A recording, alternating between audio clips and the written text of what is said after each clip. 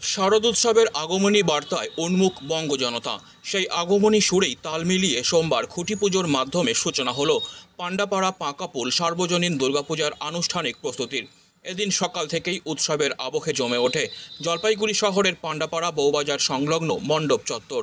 পরিচালনায় মিলঝিল ক্লাব এবছর ৬৮তম বর্ষে পদার্পণ করল শহরের অন্যতম প্রাচীন ও জনপ্রিয় এই দুর্গাপুজো। খুঁটি পুজোয় উপস্থিত ছিলেন ১১ নম্বর ওয়ার্ডের কাউন্সিলর মানসী রায় বিশ্বাস, ক্লাবের সদস্যরা, পাড়ার প্রবীণ ব্যক্তি এবং বিশিষ্ট জনেরা।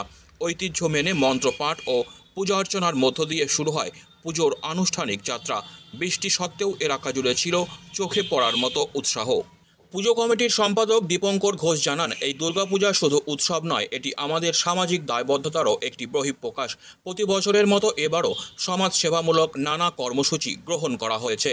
তিনি আরও জানান, এবারের পুজোর বাজেট ধরা হয়েছে প্রায় ৪ লক্ষ টাকা। সাবেকিয়ানা বজায় রেখে শৈল্পিক মণ্ডপ তৈরির প্রস্তুতি শুরু হয়ে গেছে। দেবীর প্রতিমা মণ্ডপ সজ্জা থেকে শুরু করে আলোকসজ্জা সব কিছুতেই থাকবে সূক্ষ্ম রুচির ছাপ।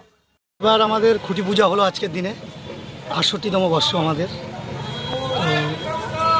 প্রতি বছরের মতন আমরা এবার সাবেকিয়ানা আনায় পূজাটা করব।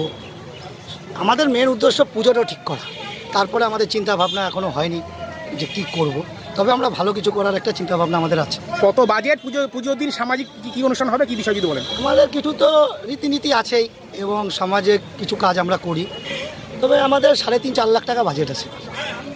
আর পুজোর দিন কি সাংস্কৃতিক অনুষ্ঠান? সাংস্কৃতিক অনুষ্ঠান মানে আমাদের হচ্ছে ওই আরতি প্রতিযোগিতা হয়, বাচ্চাদের রাখা হয়, তারপরে আমরা কিছু খিচুড়ি বিতরণ করি। আর যদি পারি, এবার আমাদের ইচ্ছা আছে, এখনও জানি না কি হবে, বস্ত্র বিতরণ যদি পারি করব। আয়োজকদের আশা, অন্যান্য বছরের মতো এবারও দর্শনার্থীদের পদচারণায় মুখর হয়ে উঠবে পাণ্ডাপাড়ার পুজো মণ্ডপ।